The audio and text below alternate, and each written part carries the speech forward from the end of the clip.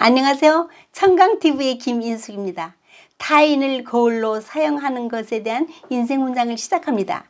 이솝 우화에서 숲속에 사는 새 중에 가장 멋진 깃털을 가진 새가 왕이 되기로 했습니다. 까마귀는 슬펐지요. 새까맣고 볼품없는 깃털로는 절대로 왕이 될 수는 없으니까요.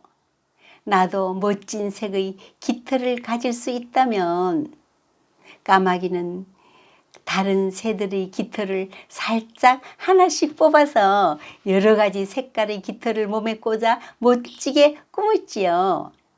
가짜 깃털로 숲속의 왕이 되었습니다. 하지만 깃털이 하나씩 빠지기 시작했습니다. 다른 새들이 까마귀 몸에 붙은 자기의 깃털을 떼어가기 시작한 것입니다. 까마귀는 순식간에 다시 까마귀가 되었습니다. 프랑스 작가 모파상의 세계적인 유명한 단편 목걸이는 한 여인의 인생을 바꾼 운명의 다이아몬드 목걸이를 소재로 하여 사람의 허영심을 통렬하게 풍자하고 있습니다. 르와젤 부인은 가난한 하급 공무원의 아내로 젊고 매력이 넘쳤습니다. 스스로 이 세상에서 온갖 쾌락과 사치를 즐길 자격이 있다고 늘 생각하고 있었죠. 그녀가 가장 갖고 싶어하는 것은 예쁜 옷들과 보석이었습니다.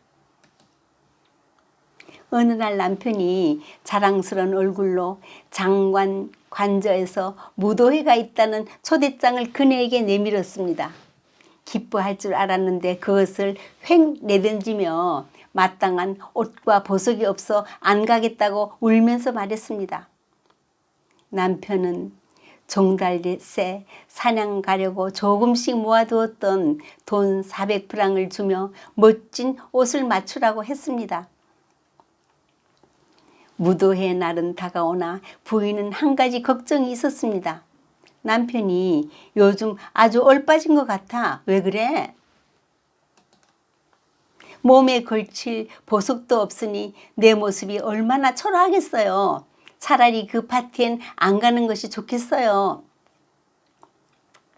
남편은 당신 친구 포레스티 부인에게 가서 보석을 빌려달라고 하지 그래.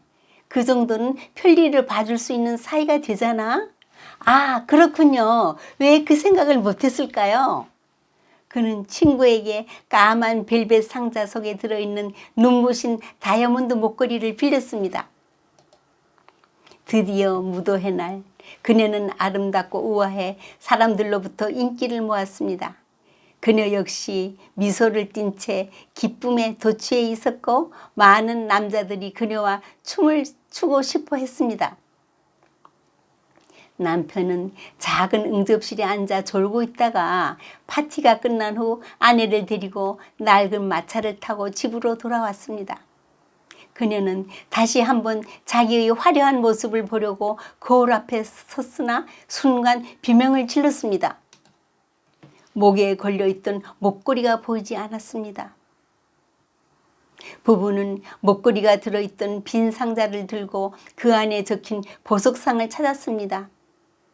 주인은 장물을 뒤적이더니 그 목걸이는 저희 집에서 사간 것이 아니고 상자만 저희 집 것입니다.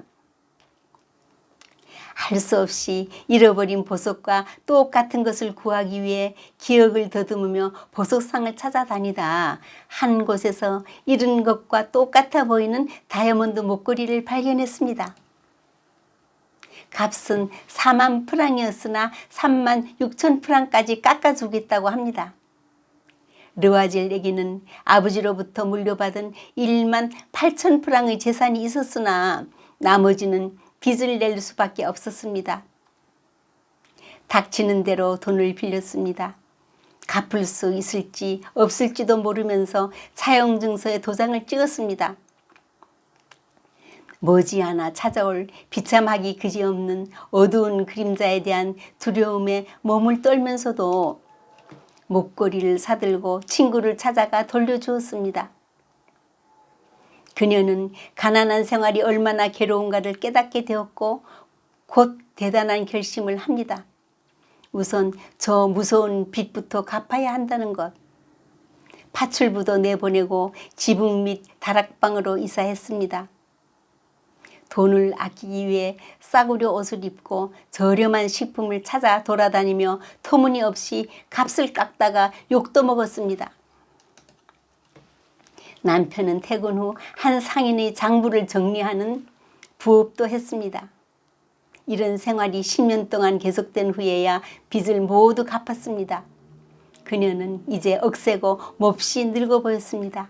구겨진 옷을 입고 빗질도 제대로 하지 않아 머리카락은 헝클어져 있고 손은 빗자루처럼 거칠었으며 목소리까지 커져서 영락없는 가난한 안악의 모습이었습니다.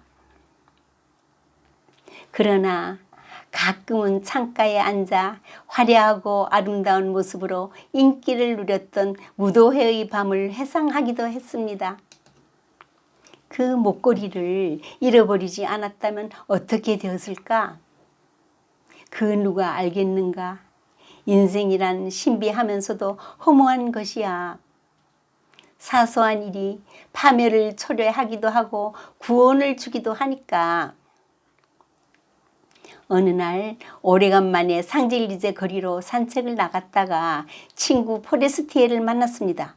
그는 여전히 젊고 아름다웠습니다. 포레스티에 아니니? 이게 얼마만이야? 포레스티에는 그녀를 알아보지 못했고 이렇게 거칠어 보이는 여자가 그토록 자기를 정답게 부르는 것이 놀랍기만 했습니다. 누군지? 사람을 잘못 본 거 아닌가요? 나 마틸드 루아질이야. 오, 가엾어라. 그런데 왜 이렇게 변했니? 그동안 고생을 너무 많이 했어. 그것도 모두 너 때문이지. 뭐? 나 때문이라고? 그녀는 친구에게 그간의 경위를 자세히 말했습니다.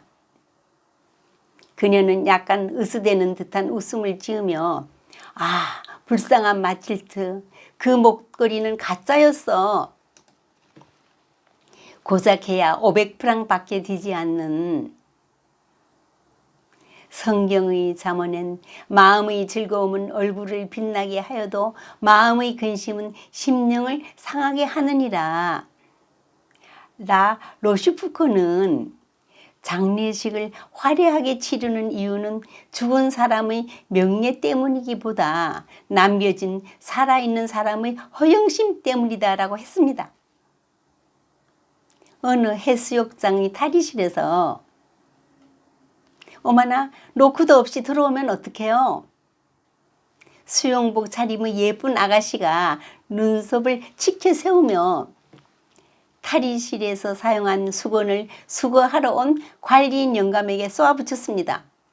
옷을 입고 있었으니 망정이 어쩔 뻔했어요.